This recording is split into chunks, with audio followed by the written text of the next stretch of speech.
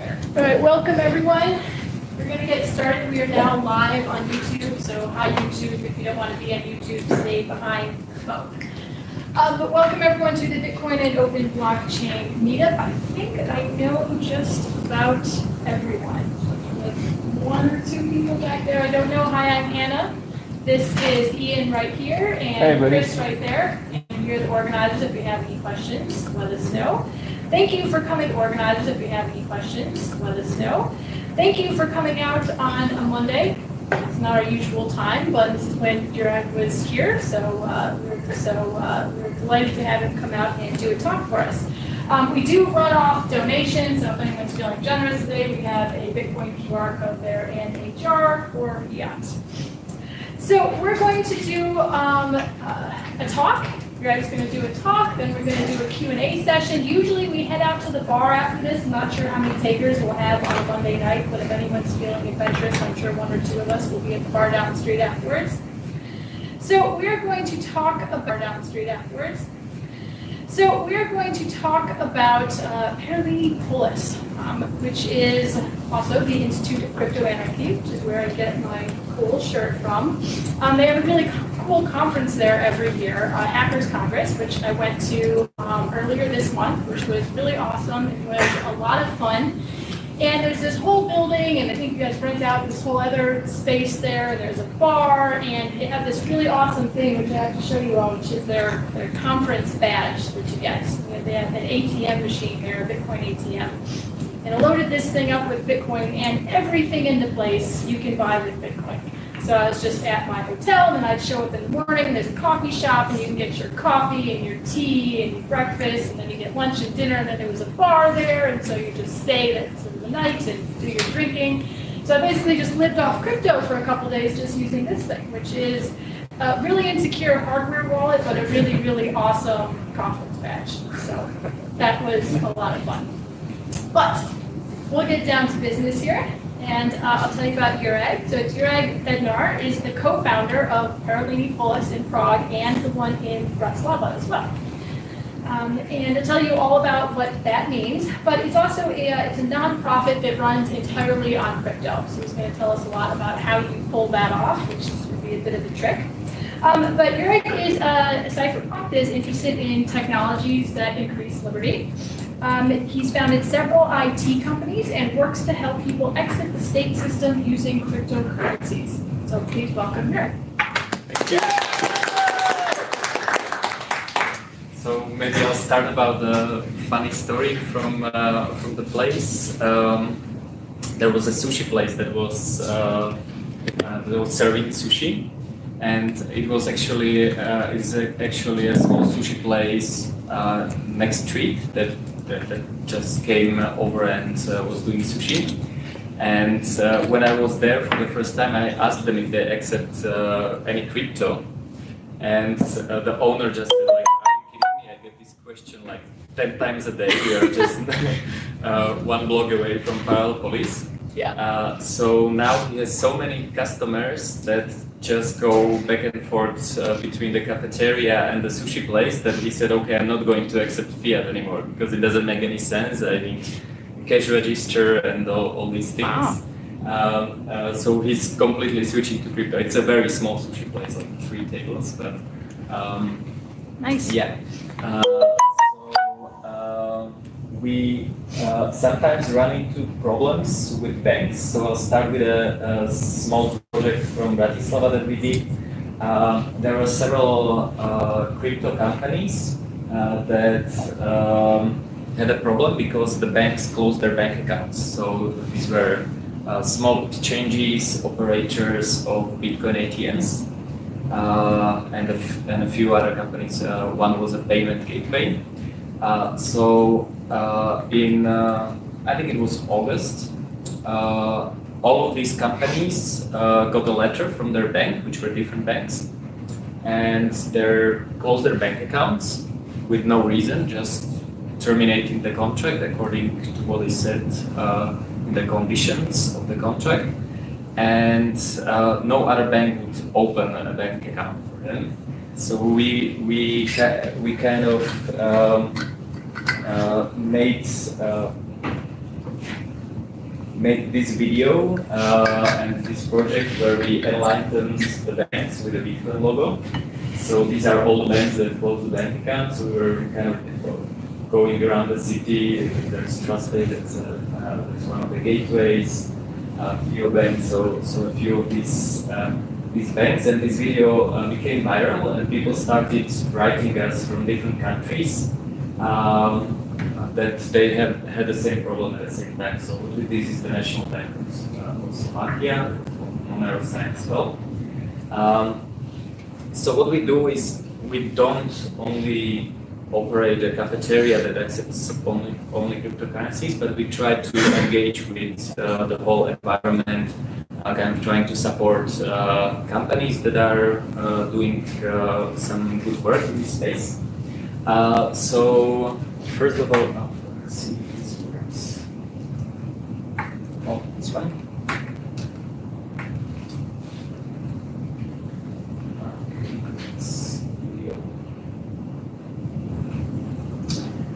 So still doesn't.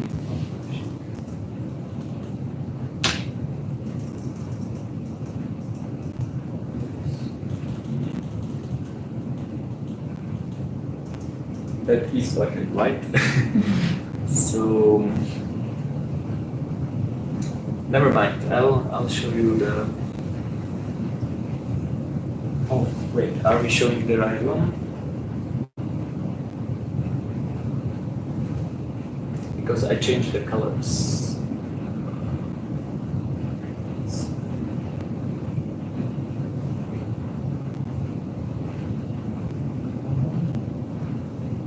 Sorry about that. Let's see if this works.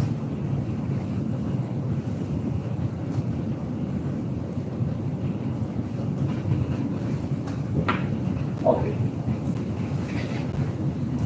Here, I'll change this. No, it. Oh, awesome. It's okay. Just the font doesn't work when it's in present. Weird. I think so. It's okay. There we go. So yeah, this is how the house looks like, and it's the story behind it is that we have an art group that is doing some controversial projects.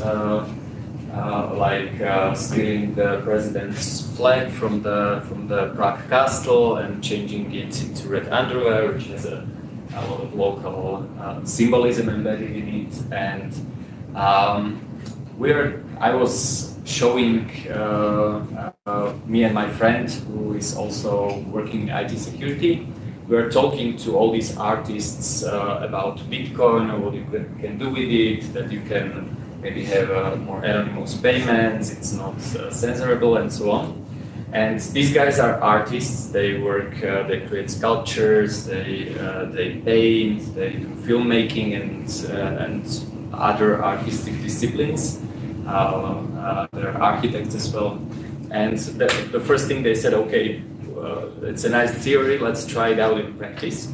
So we were kind of thinking about starting a small hackerspace that is focused on cryptocurrencies. We had one in Bratislava. It was kind of hackerspace like classical hackerspace with a 3D printer. We accepted crypto and did all these things. But if you give this kind of job to an artist, they come, they see a 3-story building, they sign a rental contract, and then they start thinking what to do with it. So that's what happened. So the first thing we did is we painted black and put up some signs and had to create the whole philosophy behind it. So right now, when you enter, these are the parts that you see. I will show you a little bit how it looks inside, and then how it operates and what is the philosophy behind it. So the first part will be just showing what the place is about, and then how to make it work if you run a business or a non-profit purely on cryptocurrencies. So there's a cafeteria. It's the first crypto-only cafeteria in the world, which is great because we get a a lot of tourists. We became part of a few tours of Prague, and sometimes there's just a bus that stops on the street and there's a bunch of Japanese tourists. They all buy Bitcoin and then get an espresso and go to see Prague Castle or something else. There's a paper hub. It's a co-working space, and now it's going to be turned into a startup incubator. We have like a crypto hackerspace, which is basically a basement lab where people play with Lightning Network, build some devices, and so on. And now it also hosts a YouTube studio, which was broadcasting from the conference. There are a lot of great interviews. So if you search for the conference, I can tell you later how to find it. We have recordings of all the talks, all the Bitcoin meetups. We have hundreds of hours of talks and also interviews now. So from the conference, there are 15 hours of interviews with all the speakers. Then there's Institute of Crypto Anarchy. That's a place where we do the meetups, we do the talks, we host movie screenings and other cool stuff. It also hosts something that we call Club Paralelná Polis. It's basically a place for people to meet and talk about cryptocurrencies. Also, when we host events, we organize dinners with the speakers, so the members of the club can interact with them kind of in an atmosphere of fewer people. And then we do the Hacker Congress, which was 2 weeks ago, 2 weeks. So this is the bar and the barista. What is different about the cafeteria, except for the fact that it is crypto only, is that we try to create a feeling that you're entering a parallel universe. So there are many things that make visitors a little bit uneasy. You couldn't see it during the conference because it was kind of turned into a standard bar, but we only play Creative Commons music, so there are no record labels coming after us and asking us to declare what we're playing. There's a lot of stuff printed on 3D printers all around, so there's spirit currencies that we are using, and there are a lot of parts that are made out of paper mache, so you can see the shelves there and so on. That the main reason is that we didn't have any money, so when we started, so the artist and sculptor says, okay, what is the cheapest material that we can make furniture of? And that's how we did it. So even the bar is on top of these structures. So we got a truck of these actually, and made also the co-working space, tables, everything from there. Now it's slowly changed. We now have normal tables, and the bar is also very different because you can walk around. So when you enter the place, there is no person that is standing behind the bar, because there is no behind the bar. You can walk around it from both sides. So it kind of takes a while until you realize like who is the barista who's going to help you with this crypto torture and give you coffee. But you can also talk with the person that's making you coffee, how it's made, and so on. So it's kind of like an open bar. That's what we want. So this is the co-working space that's called Paper Hub. Just a few pictures. This is the terrace. Also here you can see we have ashtrays that are just printed logos of Paralelná Polis. It's also 3D printed. So this is the view. This is, by the way, a copy of the red underwear that replaced the president's flag. It's not put there by us, so it's just people kind of putting it up as a symbol of centralized power and kind of became a symbol of protest against the idea of even having a president. This is the institute. Sorry for the background. It's not supposed to be like that when presenting, but it's just in edit mode. So it's a room like this. So the idea is that we have this cycle of people. People either learn from the internet, or they just come and they see a cafeteria. They go to Bitcoin coffee. They learn about cryptocurrency. Some of them are curious. They go to a talk. Then maybe they like what they heard, and they can apply their own personal expertise. So if a person is an accountant or a lawyer or a programmer, they can say, okay, how can I apply my area of expertise to this cryptocurrency, crypto-anarchist liberty movement, and create a project. So when they want to create a project, they either go to CryptoLab to play with some technologies, or they try to go to Crypto Hub and create a company around it. And there have been a few of them. For example, the second largest manufacturer of Bitcoin ATMs came through this cycle and kind of learned, okay, there's an ATM, it kind of sucks, so I'm going to make it anyway. So what is the philosophy and what does it even mean?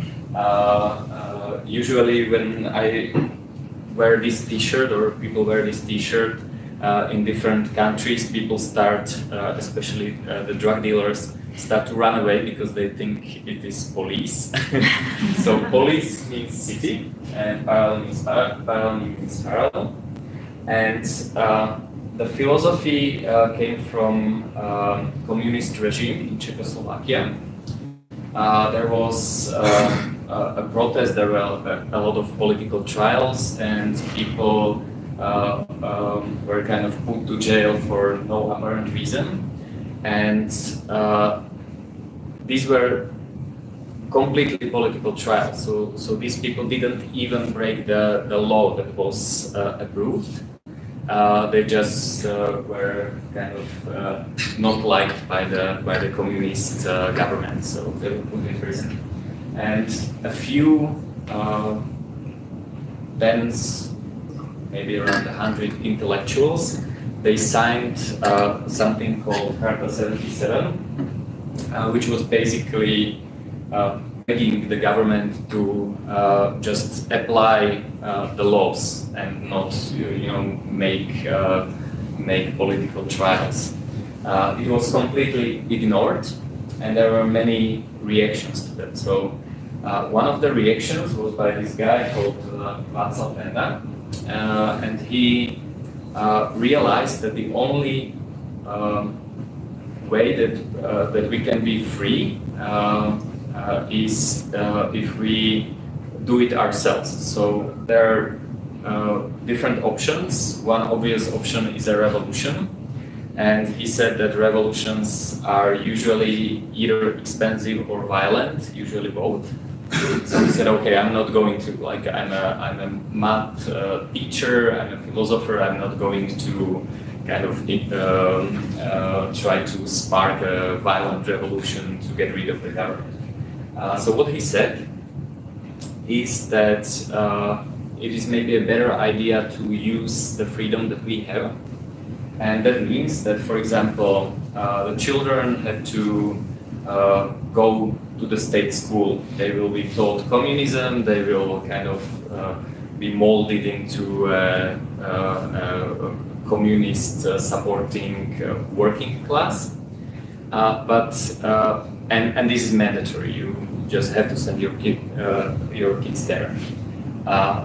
But on the other hand, there is no law or actually no way that would kind of disallow people to create an evening school. So people could gather in an apartment, in a kitchen, and there could be one of the parents teaching them something else, maybe how it looks in the West, or a different version of history, or all these things. And when people meet in these apartments or somewhere outside in the park, they could also trade. So second thing was markets. Actually, Václav Benda, he was kind of frightened because he realized that it's black markets because they're completely forbidden. On the other hand, he realized that this was the most important part, because if people cannot trade, then they will never be free. Another part was information exchange. So in communism, even among the dissent, information exchange was very hierarchical. So if there was an important person, a philosopher, they would get all the information which was copied first, and then they would slowly distribute it to kind of normal rebels. So Václav Benda said, okay, screw this. The information goes to the person that can make as many copies as possible in the shortest time possible, and we don't care about hierarchy. We need this information to spread fast. And there was free culture, so underground bands and underground theater and so on. So basically the idea of Parallel Polis is not to change the state, not to interact with the government,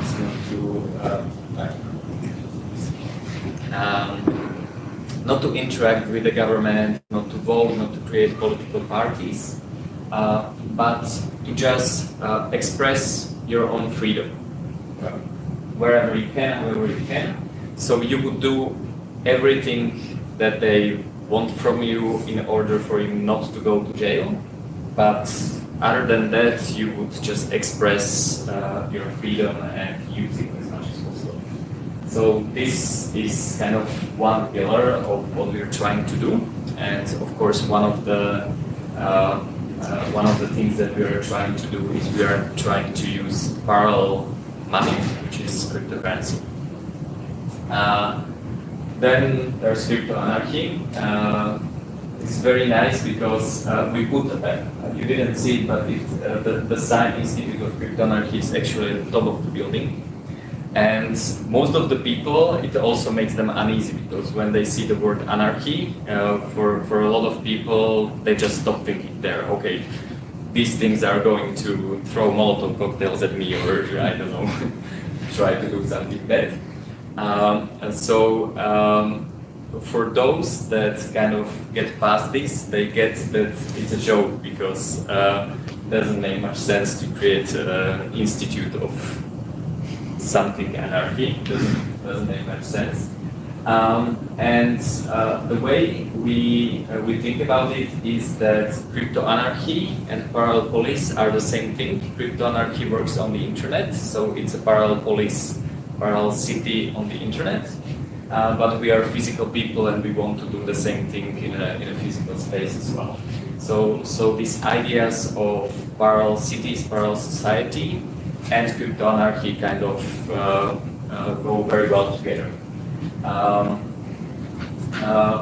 The difference, there are many differences with traditional kind of ways to implement anarchy, from anarcho-communism to anarcho-capitalism. What we try to do is we are focusing on things that we can do right here, right now, without changing the world. So our idea is not to kind of change the political system or overthrow the government. Our idea is to find, okay, what technologies can we use that will bring us more freedom here and now. Again, one of them is cryptocurrencies, technologies that increase anonymity, encryption, and so on. If you're interested in philosophy of crypto anarchy, I highly recommend Smuggler's Talk. So if you put Smuggler Parallel Polis or Smuggler Crypto Anarchy, the other talk where he explains how it works and why it is different to another types of anarchy. So this is the Crypto Anarchy Manifesto. I like to. Are you familiar with it? Have you read it? Okay.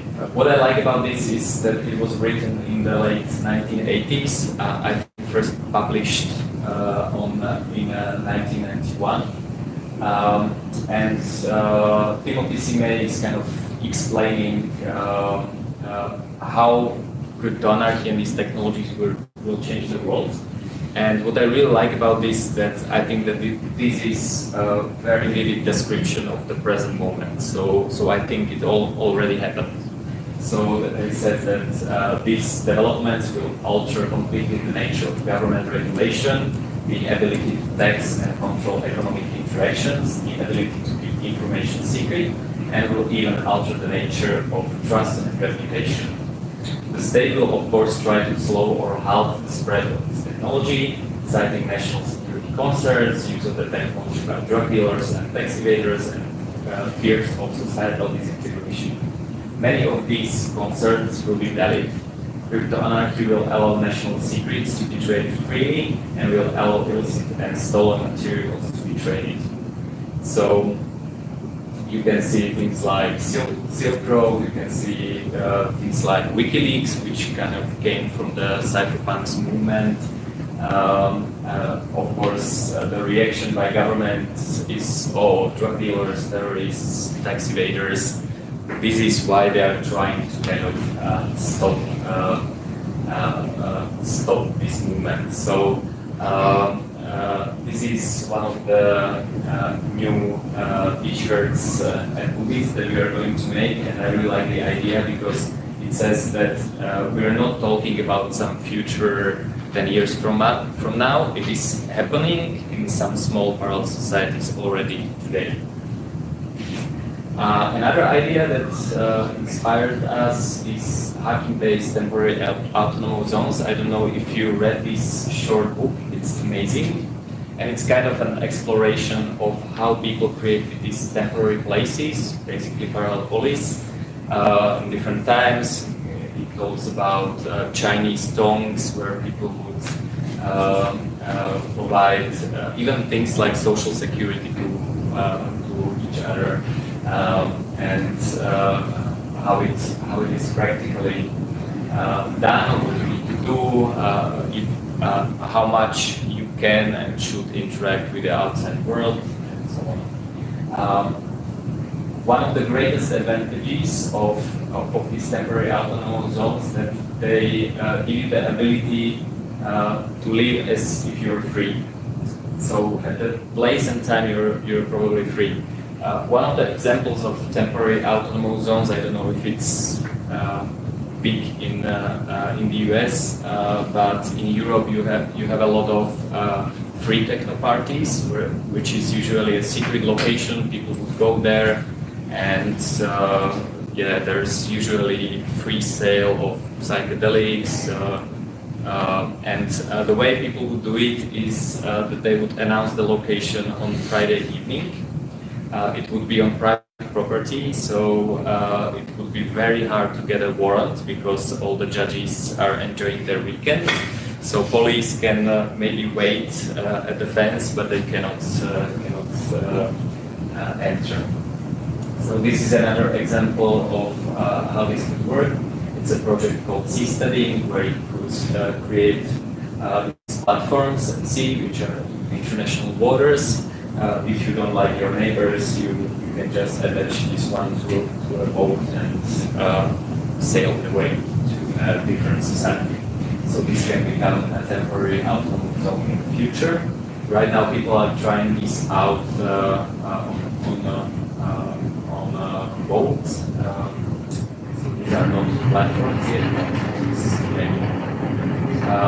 Another inspiration is makerspaces.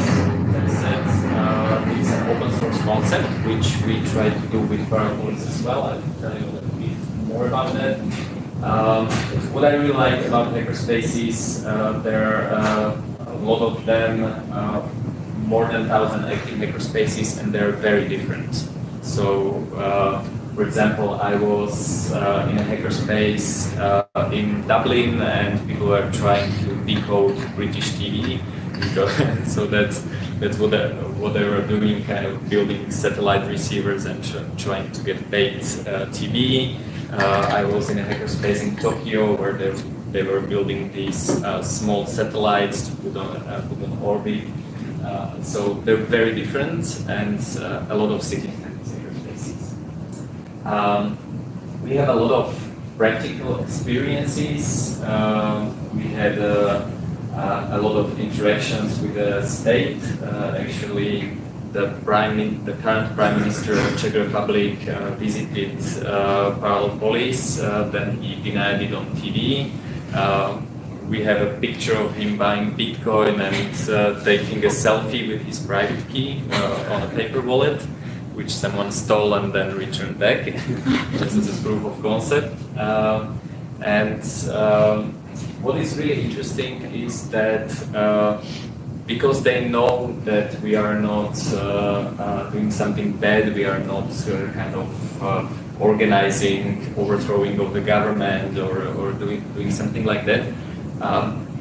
All the time when they try to attack us, it backfires because the media say, okay, this big government is trying to destroy this small non-profit that is just trying something new. So it has been a very interesting dynamic. One of the things is that we have in Czech Republic we have something that's called electronic submission of transactions. So if you buy something at any store and you pay cash, the merchant has to send the transaction to the Ministry of Finance immediately. Then they need to give you a receipt, and the receipt needs a confirmation number from the state. So basically the state knows about all the transactions. The goal is, of course, to enforce taxes. There are many problems with it. Just a funny story is that when the Prime Minister who was back the head of the Department of Finance was in Paralelná Polis, there was Andreas Antonopoulos, and we kind of didn't want to talk to the guy, not to Andreas, but the minister. So we kind of put them together and say, okay, you guys talk. And Andreas was talking, he explained how Bitcoin works, and his Prime Minister replies, oh, so this blockchain thing, that's basically what I'm introducing, because you need to confirm all the transactions centrally in our state database. So you get like a hash or a receipt of the transaction. So you didn't get it. We are the only place in Czech Republic that is publicly boycotting it. So we said we are not ever going to submit you our transaction. There is no way. We have a way to counter it if that becomes a problem. So we have some strategies on how to still keep operating even if they try to enforce it. But the thing is that they don't try to, because they know that it will backfire. There are, of course, a lot of pubs, small restaurants that don't do that, but they never do that publicly. We wrote a blog, we called the journalists, and we're saying we're never going to do it. Another thing is that if you only accept cryptocurrencies, you need to kind of test what works and what doesn't, usually in real life. So for example, when we started, a lot of people would use old wallets that couldn't spend unconfirmed transactions, which is really a problem, because if a customer comes, we explain them that we are only using this future of money and the great cryptocurrency. They would buy them at the ATM, and then they would need to wait 10 minutes for a confirmation, sometimes 15 minutes back then. So we had to kind of find which wallets allow you to spend unconfirmed transactions. We experienced high fees, which was a huge problem for us. First of all, people who were trying to pay $2 for an espresso, paying $6 for a transaction that they were not very happy about that. The worst thing was when they didn't pay $6 for a transaction. That means that the transaction wouldn't confirm and the coffee was free because we didn't get paid. So we had to kind of quickly implement Litecoin. So that was an experience. Then, as this great crypto anarchist cypherpunk plays, we decided, okay, let's accept Monero. It's anonymous. It's going to be great. It's not very great for our use case because you cannot spend unconfirmed transaction in a protocol. It's not possible. It's not a problem of a particular wallet. It's just not possible. So people would buy it and then wait for it's around 20 minutes in Monero until you can spend it. Then they would buy coffee. They would drink their espresso, and then they see this great cake. They would want the cake, but their change that came back to their wallet didn't confirm it, so they would have to wait another 20 minutes. So that's not very nice. We tried Lightning Network, doesn't really work. Same problem. The time until you open a new channel, if you don't have any Bitcoin at all, which a lot of people don't, you need to wait for 40 minutes until your incoming transaction confirms, and then your channel has 3 confirmations, and then you can use Lightning Network. So not good for our use case. We played with paper wallets, so some people didn't want to install an application on their phone. They wouldn't have enough space available, or they didn't even have a App Store account or Google Play account and so on. So we had an option for them to bring paper wallet. We were issuing NFC, so the wallet that Hannah showed you is a kind of the latest iteration of that, but we had something that looked like a credit card, which was not very secure. This one only works as an NFC if you press the button, so it is at least a little bit more secure because you cannot just scan people, but you need to do physically something to push the private key. But all it is, it's basically private key written in NFC, so it's not really secure. So we are trying to do something with it.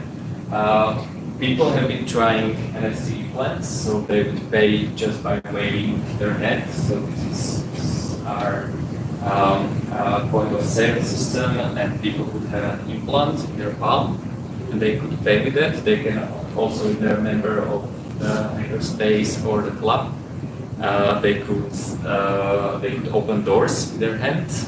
So it's kind of cool.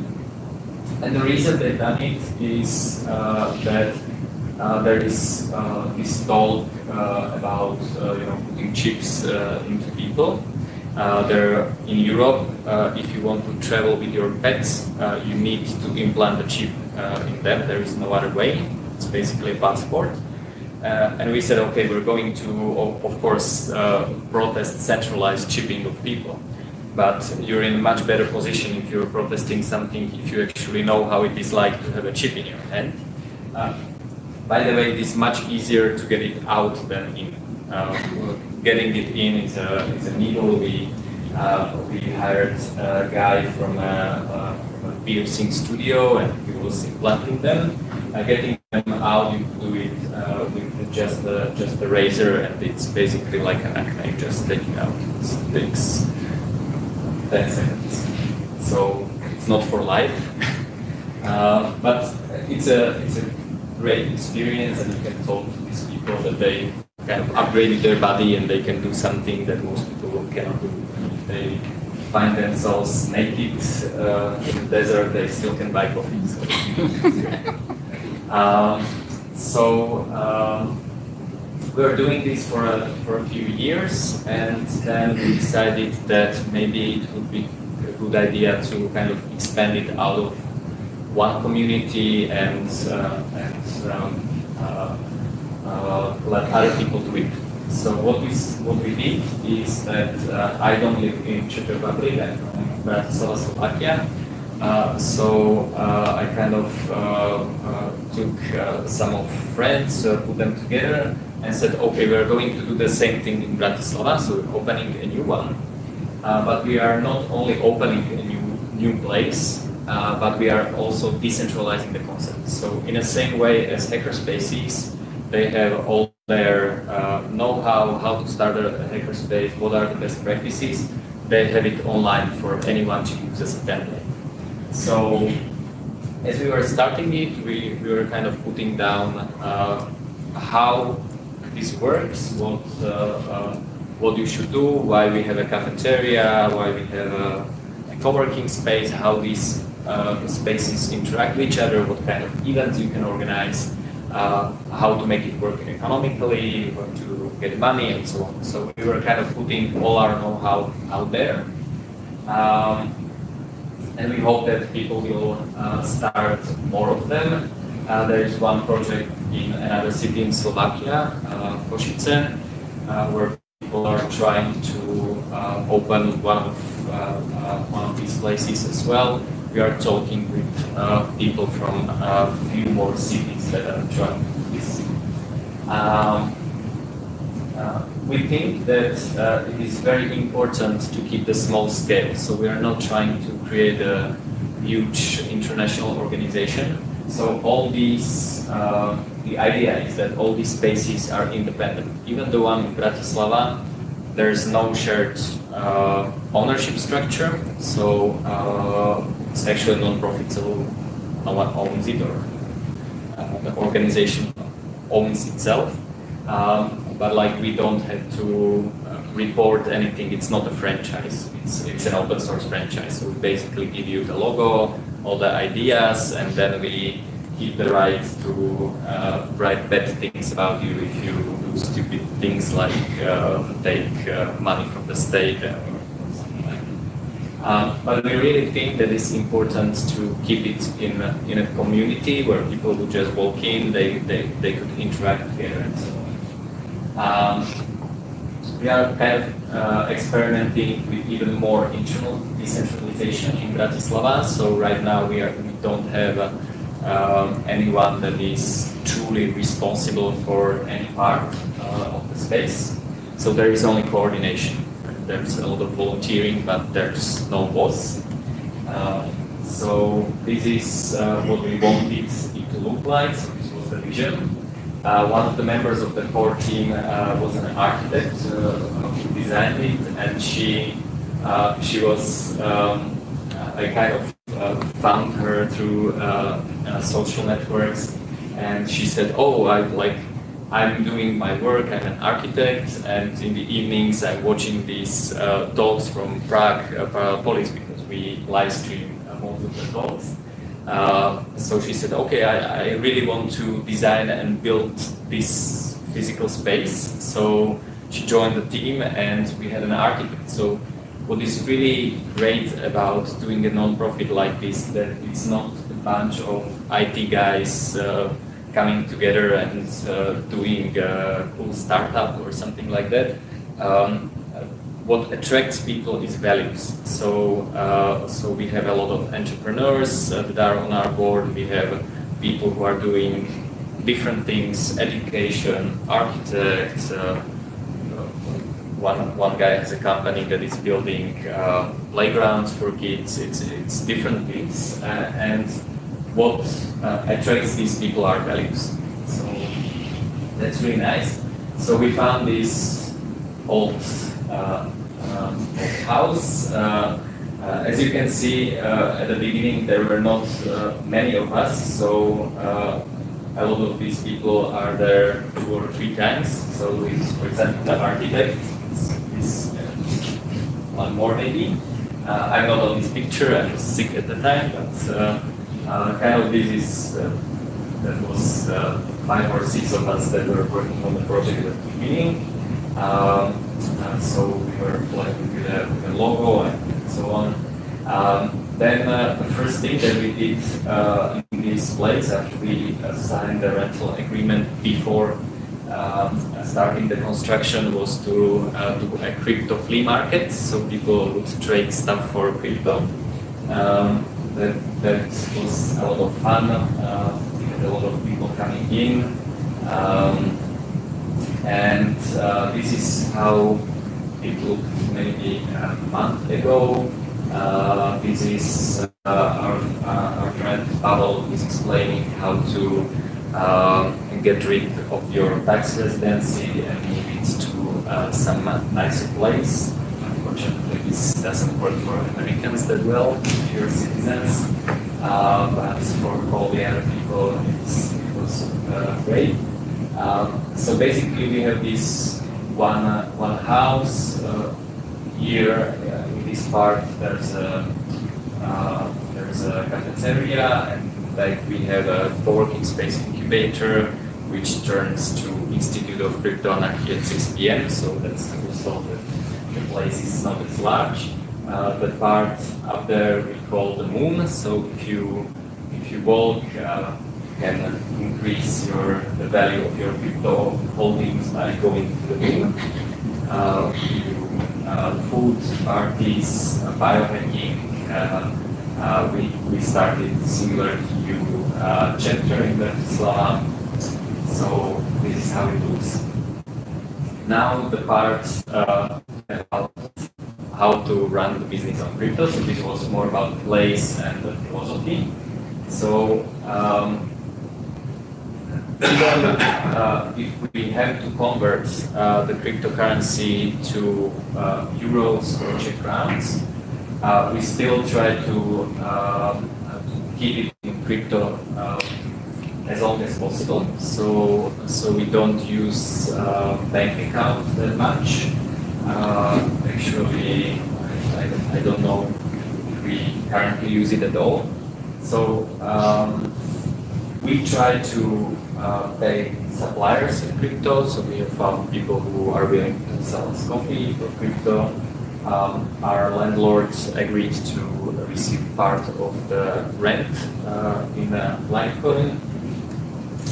So suppliers, employees, of course, are paid only in crypto. The reason is that if they are going to explain to the visitors that they can only pay coffee in crypto, they need to understand how it works and they need to have a practical experience. So employees, conference tickets or tickets for events are only paid in cryptos. By the way, this is the worst business strategy ever. So if you want to run a cafeteria or an event venue, don't do this, because people would usually just walk away or don't buy the ticket and not come. So this is an experiment. I'm not recommending this strategy. The problem is that someone buys coffee and we need to buy some more, but the crypto that we got falls 20% the next day, and now we lost our profit margin and then some. So how do you pay the employees at the end of the month? How do you pay the suppliers? It's a real problem. In Prague, it was a real problem a few times until we realized how to deal with it. So this is how we deal with it. This is not a good picture, but anyway. So let's say someone pays for a product or service. Let's say it's coffee. Part of it is our cost, which pays the suppliers and the employees. Part of it is profit, which we can keep, doesn't matter, it's just a wallet. And part of it goes to another wallet, which is a capital fund. So from this money, we try to we finance, coffee machine, furniture, all the capital investments that we have two strategies, and they're basically completely opposite. So for the cost side, the easiest strategy how to deal with volatility is to have as short accounting intervals as possible. So instead of worrying how you are going to pay the employees at the end of the month, you pay them every day. So during the day, the volatility is not so high. So sometimes they Sometimes we pay a little bit more, sometimes a little bit less, but the volatility is not that high. So the exchange rate is basically the same during the day. Also, if we have to pay suppliers, we try to pay them as soon as possible. So if we get a net 90 days invoice, if we can pay, we pay it immediately, because in 90 days our crypto can be worth, I don't know, 30% less, and then we could go bankrupt. So for the cost, as short accounting intervals as possible. Profits you can just keep, that doesn't matter that much. But with the capital fund, we do the exact opposite. So that means very long accounting intervals. How does it work? So there's money coming into this capital fund, crypto. We remember what was the exchange rate of the crypto when we put it into the capital fund. That means that we know, let's say, the buying value of all the crypto that went in. And we only spend it if the value is 30% above the price that it cost us. So that means that, first of all, we get 30% discount on capital, on all our capital investments. So that's very nice thing, because the competition doesn't have this advantage. If we have competition, what you give up is, of course, predictability. You don't know in advance when the price will be 30% up. It doesn't mean that it needs to go 30% up from one moment to another, because the capital fund is funded, let's say, daily. So the fluctuations, they kind of smooth out. Sometimes the crypto is high, sometimes it's low. So this means that this strategy works if crypto is volatile. If it's not volatile, then we don't have to deal with volatility. We're happy we have a stable coin. If it is volatile and it is not a smooth down right, then this strategy will always work. In fact, I have modeled it. I have found that even in the worst days, if you start with this, it's back when Bitcoin was 1,000 and then it fell to 200. If you continued for at least a year, you would still get to a point where it would go 30% up from the price that was the cost. So these are the two basic strategies that we use. We didn't go bankrupt yet, although we had some more bumps on the road, which I will tell you about in a short while. But we also do these strategies. So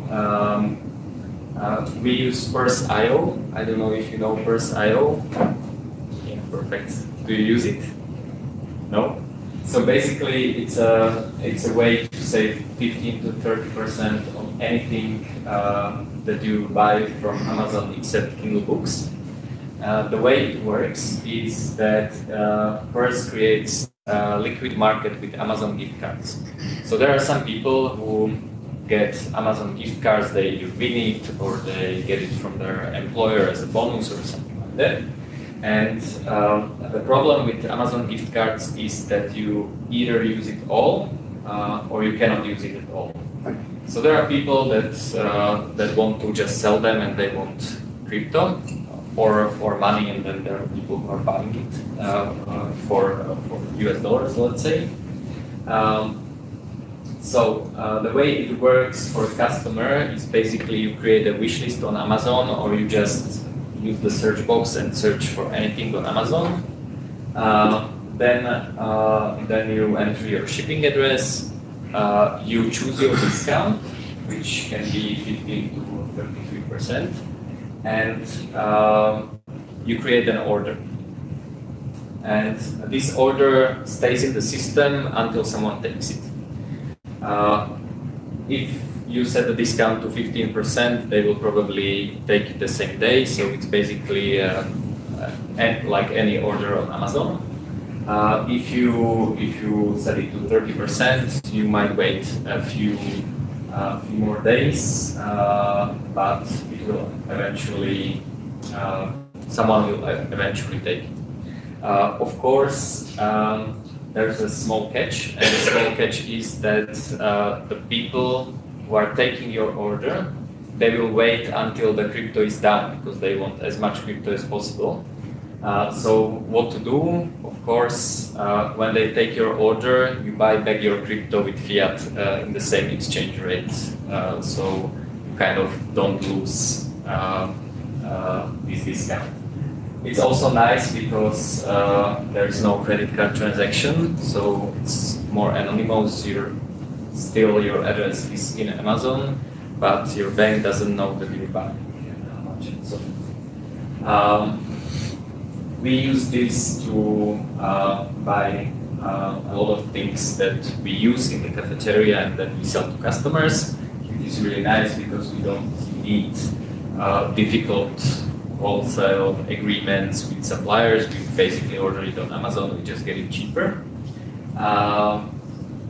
But I think this is one of the things when you talk to people about Bitcoin, you can start with all the state is evil, they're tracking you and they're printing money and dollar is going to shit and all these things.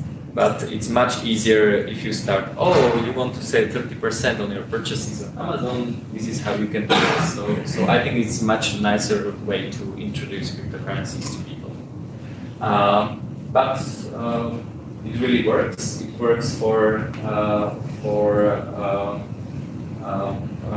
I bought my phone like this, and usually even the merchants don't get 30% discount. So it's better than wholesale.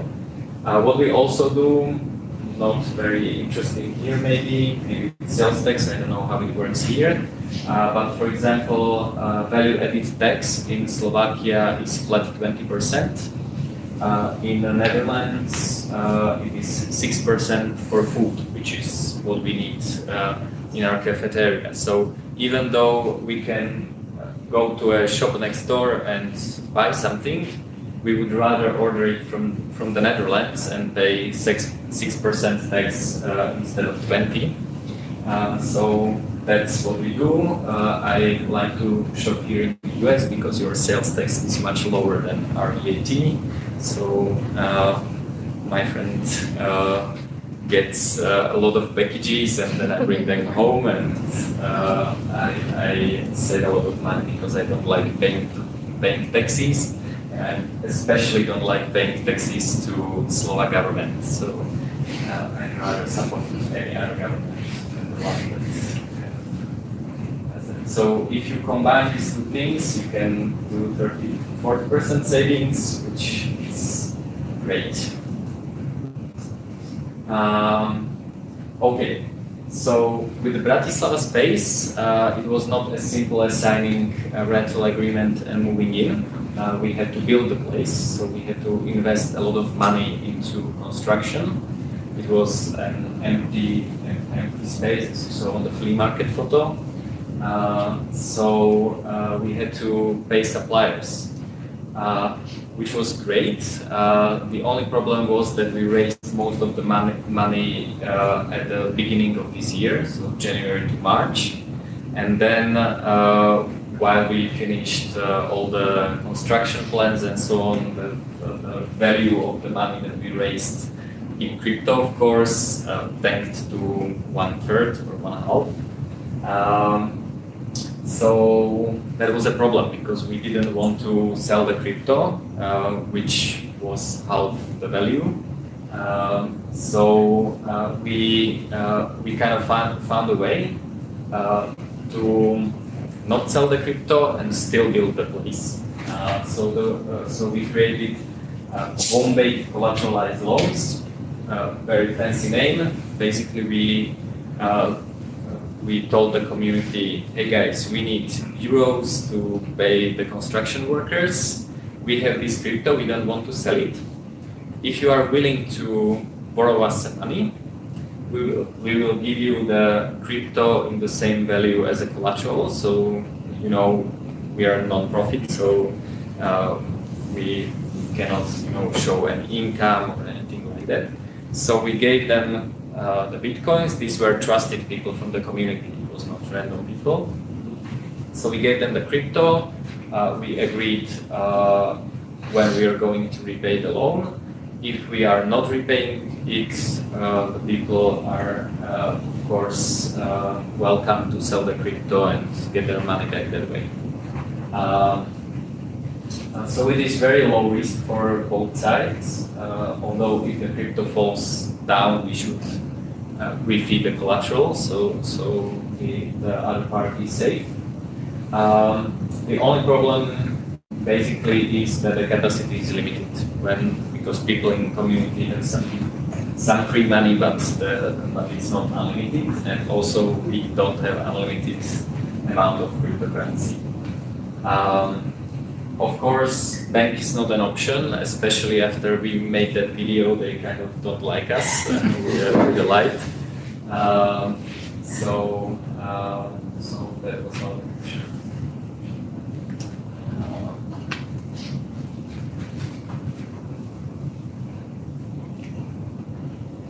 So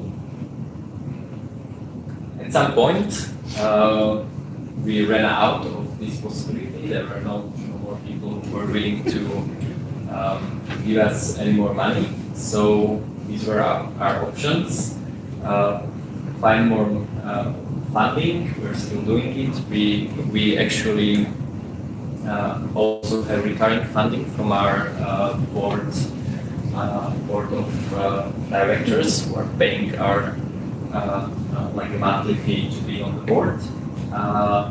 We could sell the crypto, which kind of doesn't feel right still. We're still waiting for the prices from the beginning of this year or end of last year to come back.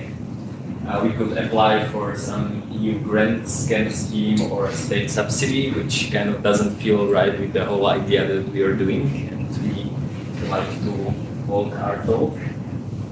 We could do an ICO. We haven't done it. It's not a philosophical problem. We were mainly just lazy. You need to create a token and market it, and it's a lot of work that doesn't move us to our goal fast enough. So, or we could, you know, avoid paying invoices and order stuff and say, oh, sorry, we don't have money, and so on, or steal a dishwasher or something like that. We don't really like to do that because we like to have happy customers, and we don't. It's probably not the best idea to kind of not be a good business partner to suppliers and so on. So we were thinking one night, and we're kind of well, you know, so if the state doesn't have money, what do they do? They just print it, right? So we said, okay, that's the way, we'll print money. We didn't want to do an ICO, so how do you print money? We ended up printing US dollars, so this is really nice, and I still like doing it. So since December last year, you all can print US dollars. You don't need to be a bank, and this is how we do it. So you can print fiat that is backed by cryptocurrencies. That is, by the way, how most of the US dollars or any other fiat currency is created. It's backed by collateral, which is usually a loan, maybe government bond, maybe a mortgage, and that's how banks create it. So we started using a project that is called DAI, and it's part of a larger project called MakerDAO. So DAI is a stablecoin. that is backed with the collateral of Ether. So the way it works is you lock in Ether in a smart contract. You need to keep it at least 150% of the money you're going to print, and otherwise it will just go to auction. So you never want to kind of let it slide below 150%. And so you lock in the collateral, and then you can ask the smart contract to create these new DAI coins. Because it is a stable coin, the value of one DAI is $1. So that's how you print US dollars. It doesn't matter if you call it DAI. By the way, there are also other kinds of US dollars that are not created by Federal Reserve. One of them is Euro dollar. So in Europe, we have also a copy of a dollar that we trade internally, and it has nothing to do with the Federal Reserve. So it's not the first project that prints money, but these Euro dollars are created by European banks. So if it has a value of $1, it's basically $1 US. So this is how to do it. So you basically lock in Ether. You should lock some more Ether over the 150% because you want to prevent the liquidation. Then you ask the smart contract to mint new DAI. You get this. You can trade this on any exchange that has DAI, which there are at least 8 of them. At least one of them, which is called Oasis, is decentralized, so there's no AML. You can just change it for Bitcoin or for anything else. So we basically turned it into euros, we drew it, and use it to pay the suppliers. So you can do this as well. So if you want to hold Ether, but still kind of use part of the value that you locked in Ether to finance your vacation, consumption, anything. You can mint new DAI and you can do it this way. So what you're doing is you're keeping the upside of Ether while still consuming part of the value. The way it works, so how do you get your Ether back? Basically, you can buy DAI, which is one DAI is $1, so you return value. You pay a small interest rate on the loan, and then Ether is unlocked. You don't need the whole amount of DAI because you can unlock part of the collateral, withdraw it, buy some more DAI for it, and so on. So you can kind of unwind this loan even if you don't have the DAI. You just keep the upside. So this allows you to do many more things. I will show you 2 more. So if you, this one I call hodl hard. So what you can do is, again, lock some Ether, mint a new DAI, but with this DAI you buy more Ether or Bitcoin, which you can also hold. So you're kind of multiplying your upside. It's basically a market-based leverage. If you buy more Ether, you can do it a few times more, so you can load that Ether back again in this smart contract, mint more DAI, and do a few rounds of this. It's not infinite because you need 150% collateral, so you're not minting the same amount of Ether as of DAI as you think.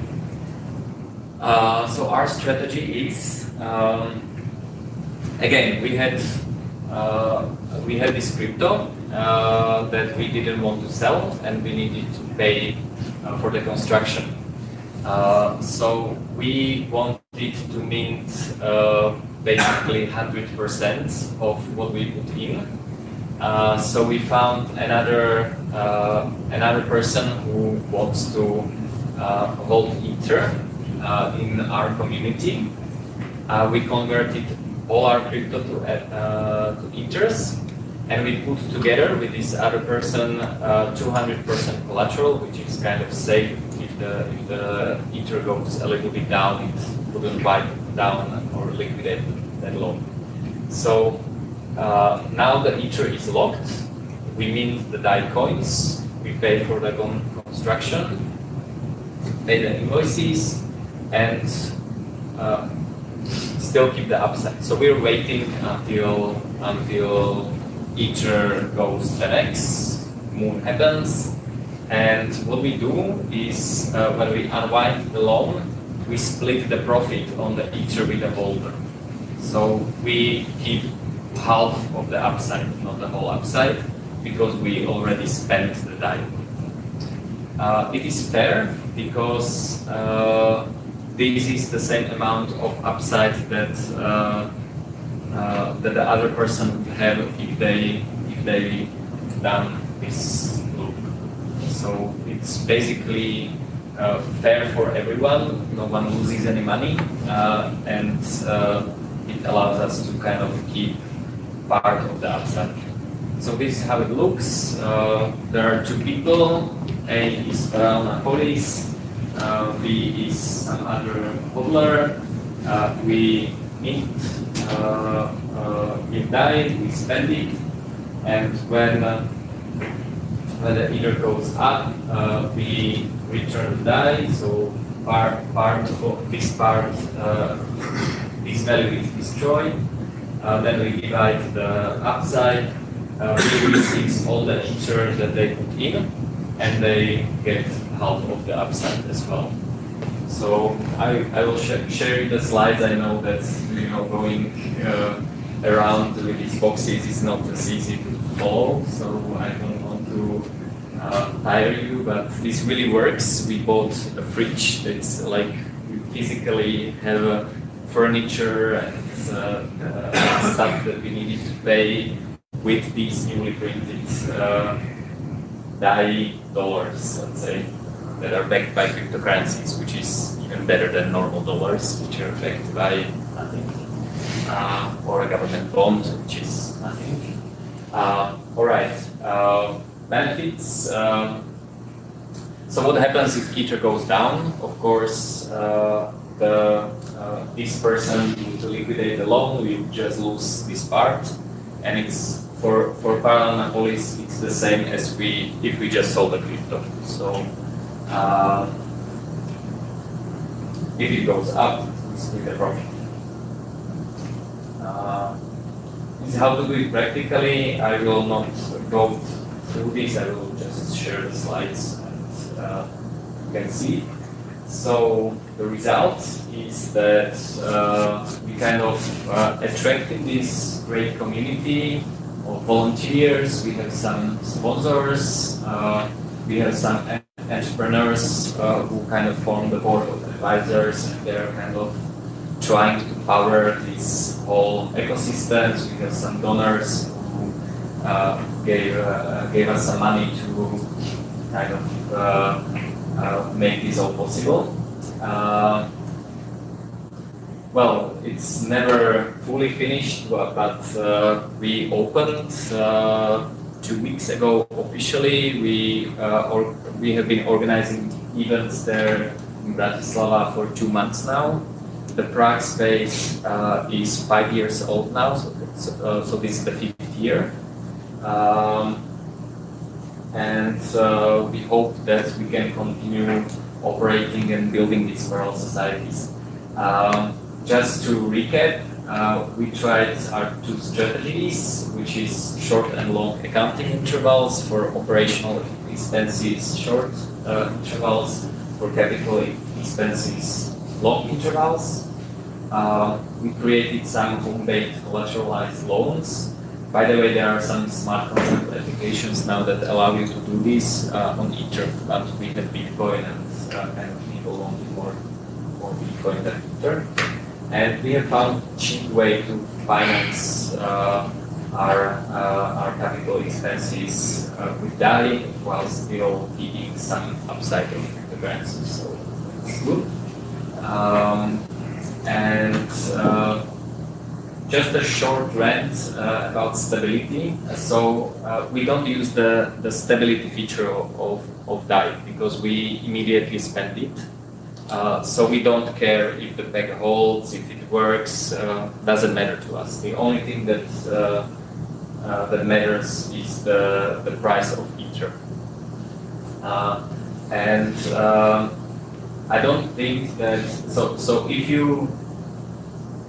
if you kind of run this a business fully on cryptocurrency, you kind of lose this idea that the world is stable and the prices should be fixed and so on. So I don't think that there is a real stability. A banana in January and in June doesn't cost the same. It shouldn't cost the same because there is a different supply. It allows you to think in a different way. So you're not kind of focusing on, okay, stability, do I get my paycheck every month and is it the same? It's really not, because, okay, your paycheck might be the same, but the prices in economy change all the time. So if you just allow yourself to do this, you kind of try to look at the world differently. Also, in some economies, cryptocurrencies are very stable. In Venezuela, even in Turkey, maybe in Argentina, that had like fourth huge inflation in 20 years. Crypto is really stable, so it really allows you to keep your value, even if it goes up and down 2x or 3x. It's still better than the fiat currency that they have. So kind of appreciate that we live in an economy that is much better than most of the world. If you do this in your personal life, which I accidentally have because I saved some money in cryptocurrencies, then it went down, I didn't want to spend it. So that means I spent all the fiat. So I found myself in a situation when I was living fully on crypto myself, which I didn't intend to do. But it's a great experience because you look at things really differently and you really understand the prices are not stable, and I don't think they should be stable. So we decided that we change our mindset and we consider the volatility a feature, not a bug. So we are not trying to fight it, we are trying to make use of it. So for example, the long accounting intervals strategy is good for a personal life as well. You go to a Bitcoin ATM, you buy Bitcoin with $100 every month. So after 12 months, you spend 1,200 on crypto. If the value is 30% or whatever number you decide in advance, more than 1,200, you go to vacation or you buy whatever you want to buy. So you can apply this strategy in your own personal life, and you can make use of this volatility. So last slide that I always do when I talk about Paralelná Polis is that you can have your own. I kind of made this idea where you can put it. Maybe you can find a little bit cheaper real estate, but don't be shy, and you can start. It's a lot of fun. You attract a lot of people that have really good values, and you can build careers around that. If you are into crypto, into startups, you can create a lot of interesting companies. You can learn how to make good coffee, and as Pamela Morgan said, every city needs its own Paralelná Polis. So maybe there will be one in Chicago if you want to learn how to do it even more in writing, and we have some information online on how to do it. So that's all from my monologue. I hope you have some questions. Thank you. Questions, Do you know anyone? which African countries are stable? Do you know which African countries? No. Which is stable? Yeah, you said African countries too. Do you know which ones? Are not stable. Zimbabwe, for example, was not stable because they had hyperinflation. I mean stable currencies, not yeah. So in Zimbabwe there was hyperinflation, kind of as bad as Venezuela actually. And what they did is that they eventually gave up and they said, okay, use whatever currency you want. And what people ended up doing is they started using currencies of neighboring countries and US dollars. So you can actually use US dollars. So basically, I'm just curious. You said that your cafe only accepts Bitcoin, but you're saying No, that's Bitcoin, Litecoin, Monero. That's the main. I think now they started accepting in Prague Ethereum in the developer conference in Prague. I'm not sure if they pulled it off, and they accepted a few more. But so the percentage is that more than half of the amount that people pay is paid in Litecoin. Maybe 30-ish% is Bitcoin, and the rest is all the others. So usually people don't pay with anything else than Litecoin and Bitcoin. That's the majority. But sorry, what? So I was kind of answered that you're accepting just a bunch of the Bitcoin or the cryptocurrency, including Ethereum, and that's how you're getting some of the contracts to actually pay for, or the ability for the DAO to pay through minting fiat currency. In your case, it would probably be that you would be minting more or less euros rather than USDs, where here you'd probably be. No, because DAI only has a peg to USD right now. So it's they're planning. So I really like this project. I think at the beginning of the next year they will be launching a version of DAI which is called multi-collateral DAI that will support another forms of backing, so different tokens, not only Ether.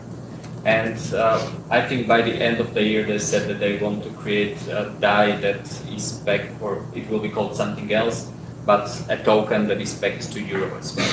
But right now we don't care what it's pegged to. okay.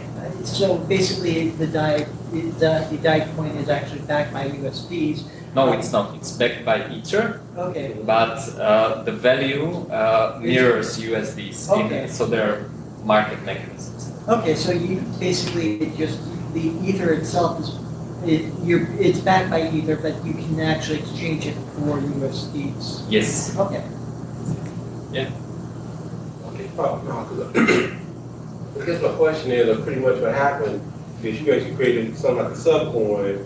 Because I understand the DAI stablecoin is something that was created, but you already got the Ether and so forth, so you also created another currency that, like you said, is backed by the Ether or whatever cryptocurrency that you have, and that's something in your subset that you utilize, as you're saying, to spin in and utilize. You're not going to try to keep that coin around. It's just like a virtual or temporary coin you utilize it Yes. to do your day-to-day. Yes. If you still, whatever profits you make, and you put it back, you being backed by Ether, so you convert it right back to cryptocurrency that's on the market right now, which is pretty kept up. Because that reminds me of Donald Trump. But when nobody get upset, but with Donald Trump using other people's money, he always claimed he had money, but he borrowed other people's money to make his money, and that's what seemed like what's going on with this one, even though yours is back. So we have the collateral. So we didn't invent new money. We were just able to keep the upside. Right. And still spend, but we had to raise the money. We didn't, invent it out of thin air. So that would be an ICO. If we did an ICO, it would be basically printing money. But I understand. yeah. So for your collateralized debt positions, you're like transferring in a die, you put in half of the stake and then you have some other third party who's doing that as well. Well, that's the upside. Because like my understanding is that they lock half of the collateral. Yeah. You receive 100% of the die and use that to pay Yes. some funder. So- And so like basically, yeah, if it ends So up being under collateralized and liquidated, then it was as if you sold, but for them they lose all of it. no, because if it falls down, you can actually liquidate the loan peacefully, and that they get what they put in back in Ether. Oh, okay. So they're keeping the value in Ether. They don't care about the day value, and they just get back the Ether, which has lower value, but that's what they will do anyway. And what's the upside for them is that after so if we close this position, let's say Ether goes to X, they get their Ether back from the smart contract, and they get half of what was left from the Paralelná Polis Ether. So why this? Because if they did this on their own, if there was not A and B, this would be this would be the profit. Because if they did Right. if they did this, if they minted DAI and bought more Ether, this is what they would end up with, because they would still put in 200%, so it's not liquidated. That means that they half of what they put in, they would mint and buy more Ether. So they don't lose anything in both cases. They're just overexposed to both the upside and downside. But if they did all these things, that it would have the same properties. And technically, how we did it is basically we have created a dump contract. So we basically wrote down, okay, these are the rules. This is the name of the person that put in the Ether. This is the name. This is Paralelná Polis. This is how much they put in. These are the conditions. If the value of Ether drops to this is what happens. If it goes up, this is what happens. And basically both sides agreed with it, that, signed it, and it's a contract that is known in the community. For the capital profits portion that you're holding on to, do you try to, when you're spending the other capital, do you say, okay, I'm holding this coin, it's going to go into my capital portion, or do you just say, whatever is left over, the 30%, we allocate it evenly based off of what we got in and hold on to that? Or are you exchanging some of your Litecoin into Bitcoin or Bitcoin into Litecoin or something like that for the long term? So in Prague, I'm not charged of the finance, so I don't know what they do, because I don't live there. In Bratislava, I'm always, because we have a lot of traders in the community, both in Prague and in Bratislava actually. So I always ask them what should we do, how should we, should we sell Litecoin, buy Bitcoin and so on. They never give me any answer that would tell me what to do. So we don't do anything. We just keep it the way it came. And the way it came is that, as I said, most of it is Bitcoin and Litecoin. The only time when we changed crypto for another crypto was with this scheme, because we didn't have, we had 0.05 Ether to begin with. So we had to change everything to Ether in order for this to make it work. We have actually a lot of Bitcoin maximalists in our group, and they really didn't like the idea. But then I said, okay, do you have a better idea? Should we just sell the Bitcoin? And they say, okay, maybe it's not such a bad coin, and we can try this. We don't have any good strategy for kind of predicting which coin. And I think also the fact is that right now, Ether and EOS is probably the only two cryptocurrencies that are actually related to smart contracts. No, you can. I don't care that much about smart contracts, so I care about DAI because that's what we use, but I didn't choose Ether. I really like Ether. I like the smart contract platform. I think it's a good piece of software. I've never seen EOS, so I don't know. But this is not true. You can run via rootstock. You can run Ether smart contracts that are running on top of Bitcoin. So you can do it with Bitcoin, but they didn't launch DAI, and we need a liquid market for DAI. So it's not only about deploying the technology, but there needs to be a market where you can sell it, exchange it for something else, because you actually need someone that wants to buy DAI. That are usually the people that are repaying the loans. So. Yeah, but I like the idea of smart contracts, not as much as a lot of other people do. But it's not about picking the technological winner. It is about, okay, these guys made it. It runs on Ether, so that's why we use Ether. No, I was saying like that. I think from what I've heard so far, it seems like most of the smart contracts are really running on Ethereum or Ether, and I think that there is EOS, which is kind of like, it's just really kind of very new, and most people are not really sure of it, but it looks like it's more for designing markets rather than kind of like designing general contracts. I think it might be a good idea to wait until after to get really deep into smart contract platforms. Okay. I'm sorry about that. Well, go ahead. No. I'll wait until everyone else does. So I'm curious how you manage trust in the organization. So for instance, you said that one of the ways that you combat volatility is by paying smaller amounts more frequently. And so, you know, like do you have like a single person in the organization that controls your wallets, or is everything multi-sig and you have to like sign everything with multiple people many different times every single day? Yeah.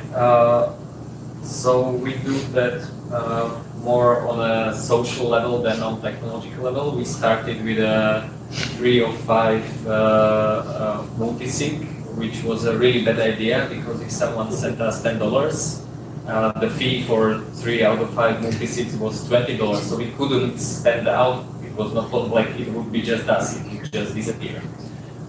So we learned it the hard way.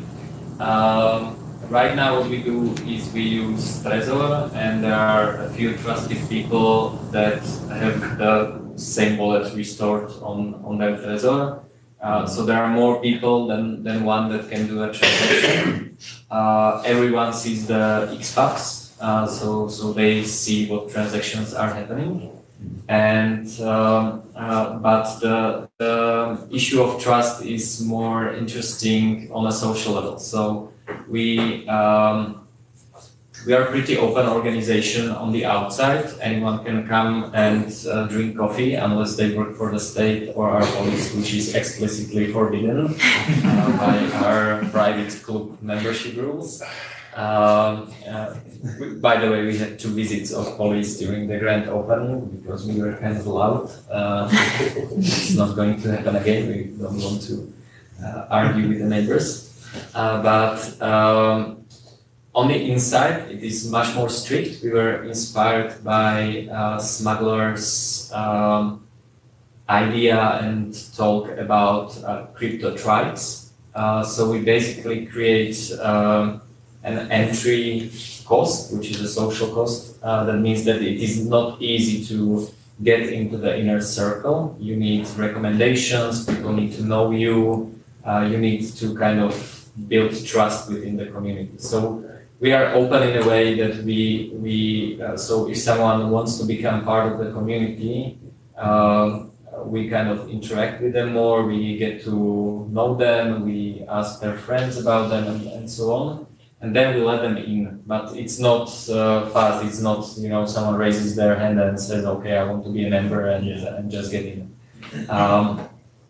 Also, the fact that it is not easy to get in means that being in has more value. That means that it is much easier to transact within the community. Because if you do business, and we have a startup incubator, so we do business together, or at least some of us do business together. It is more than just, we do business and if it doesn't work, we go to court. Because if there's a dispute within the community, and in Prague there have been a few disputes, people want to solve these disputes. Stay members of the community. They don't want to, piss everyone and leave, because they spend a lot of energy to stay within the community. What we also do is we are clearly defining the rules within the community and also the way that we solve disputes. So we are creating this parallel legal system. So the rule number one of the community is do not call police ever. Like if someone steals from us, we have to solve it ourselves, because if we are trying to build a parallel society, we cannot rely on police coming and solving our problems or courts doing that. So we had to find a way to solve disputes and kind of find where justice is ourselves.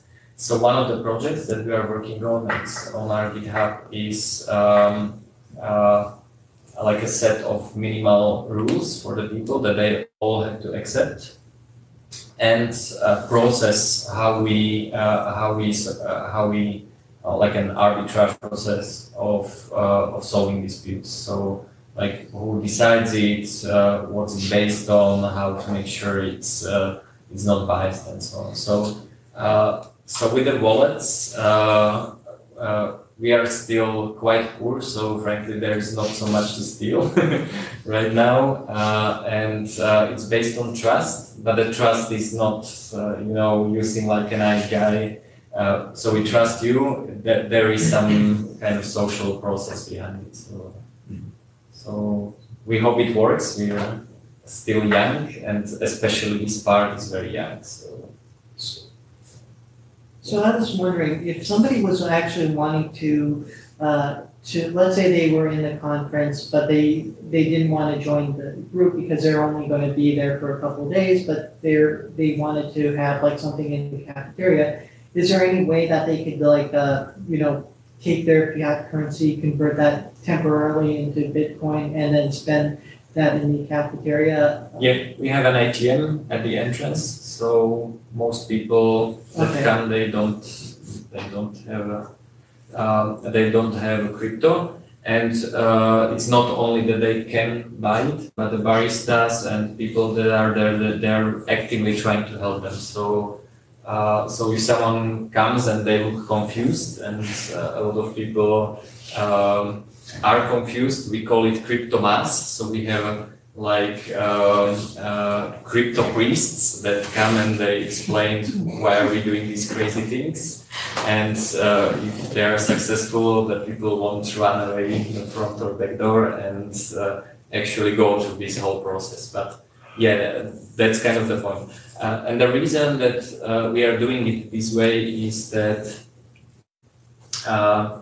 you can do a 1 hour or 2 hour talk about how great crypto is and how you can use it and so on. But it is much more effective to do a 5-minute version where people buy their own crypto and they end up with something they bought with the crypto.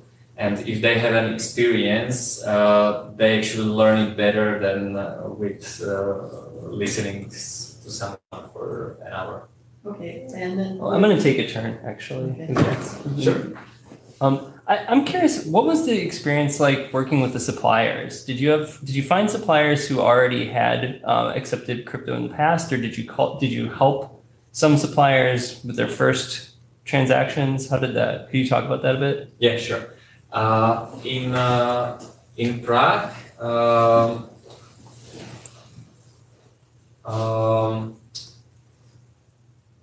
so I'm not really sure how exactly it went, because we had a supplier of coffee, then we had another supplier and so on, but we ended up with a supplier that was accepting Litecoin. It's a really good cafeteria and roastery in Amsterdam.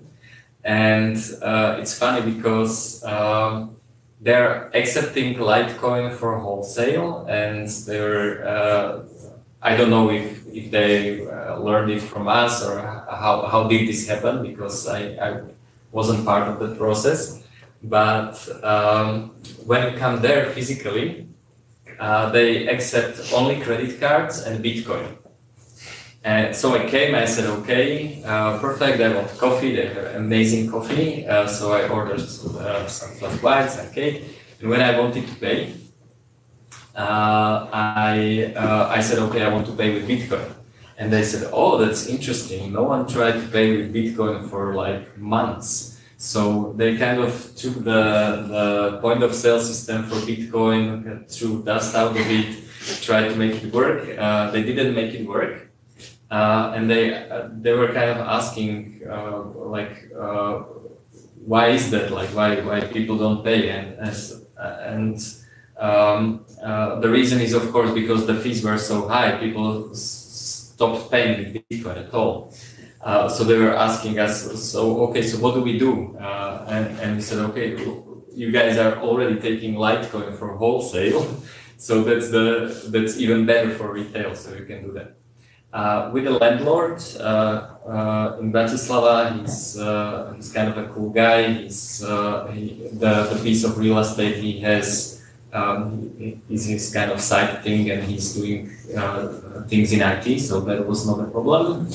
But there are so a lot of things like furniture, fridge, and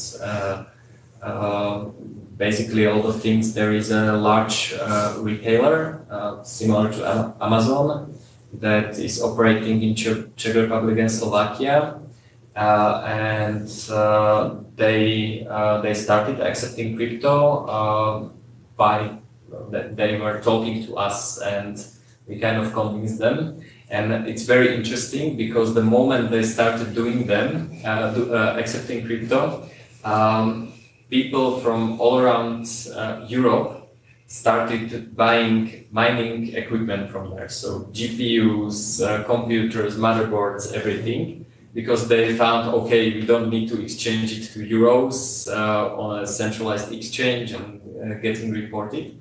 So they basically sold all of the mining equipment that they had on stock in like 24 hours after they announced that they are accepting crypto. So it was like a really good business move for them, at least for that day. And then with the employees, we don't want employees that don't understand crypto, because those are the people that had to convince the customers to pay in crypto. So it's basically a good filter. There are many really good baristas that make amazing coffee, but they don't get crypto and they view it as a problem. So if their perception is that this is a problem, then we maybe take a little bit worse coffee and rather have people who understand it and perceive it as a feature. In Bratislava, we didn't have this problem, so we have a really great head barista who also taught many of the members of the community how to make great coffee, so we're kind of all happy about it. The guy that helped us with it has a cafeteria of his own, has a roastery, and he wants to accept cryptocurrencies now because he's kind of getting used to it. Where the cafeteria is open for maybe 2 or 3 weeks only. So before that we only did events, so there's not so much experience in Bratislava, but it's kind of, yeah. How do you make decisions as a group? We have something that we call survival manual, which basically says what kind of decisions can be made by an individual. The basic rule is that if it doesn't kill the project, or if it's not a threat to the whole project, then any single individual can make a decision. And the way that we do it is very similar to how hackerspaces do it around the world, and it is called actocracy. So basically, the idea is that those people that show up and do something, they get to decide how it's done. Because you can, you're deciding, you're painting the wall, and you can have long voting about what color the wall should be and so on. And that takes a lot of time and unnecessary discussion. So basically the idea is that those people that show up to paint the wall, they decide what the color will be. If it's a big decision like, I don't know, signing a rental agreement, which could make or unmake our organization, then everyone votes. But we try to avoid voting as much as possible and kind of try to convince people to be responsible and make good decisions for everyone. This is something also related to creativity. So my experience with the Bratislava space is that if you make decisions like this, it is very refreshing to most people, because people are used to go to a job, they have a boss and the boss tells them what to do, and when they come to an organization where they can volunteer, where no one tells them what they have to do or cannot do, it feels great, and people want to be part of this community. But that's kind of like the first step to freedom. So people experience this, they like this, but then there's another step, and these are the people, I would say, starts at 10% of the people, but we hope to grow this number. And these are the people who not only volunteer on the task that someone puts out there, but they figure out what to do. So these people are creative. So they make use of this freedom and think of something and say, okay, I have an idea. Let's I don't know, do bulletproof coffee in the cafeteria, or let's put out gymnastic rings and these things. And this takes a lot of training, and we kind of try to motivate people to do this, because people have great ideas, and all of them have great ideas, but the problem is that they're not very